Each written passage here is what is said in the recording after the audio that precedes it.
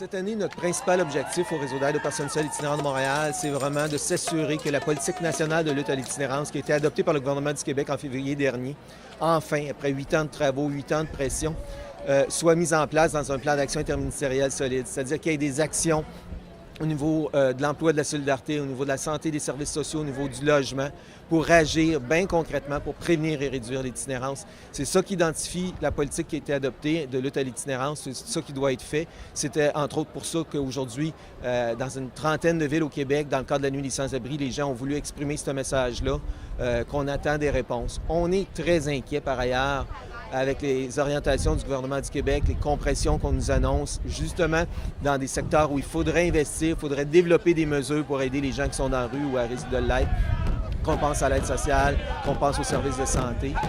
Donc, on va continuer à apporter la demande parce qu'on ne veut pas que la politique qu'on a gagnée ne vive pas dans des actions concrètes.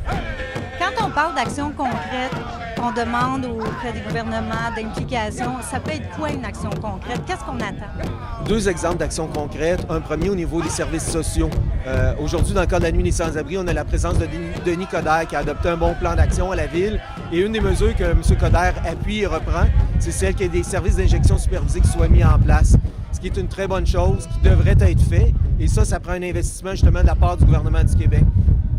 Donc là, on parle de développer une action concrète pour aider les conditions de vie des gens qui sont consommateurs, pour réduire les dangers pour eux, pour la société, puis peut-être les amener à réduire leur consommation. Un autre exemple, c'est les programmes pour aider les gens qui sont à l'aide sociale, pour les accompagner ailleurs que là où ils sont, dans la rue. Or, ce qu'on a lu dans les journaux cette semaine, c'est qu'il y avait des coupures d'annoncés dans les programmes pour aider les gens qui sont à l'aide sociale. Donc, on est vraiment en une situation où on nous annonce des reculs plutôt que des avancées.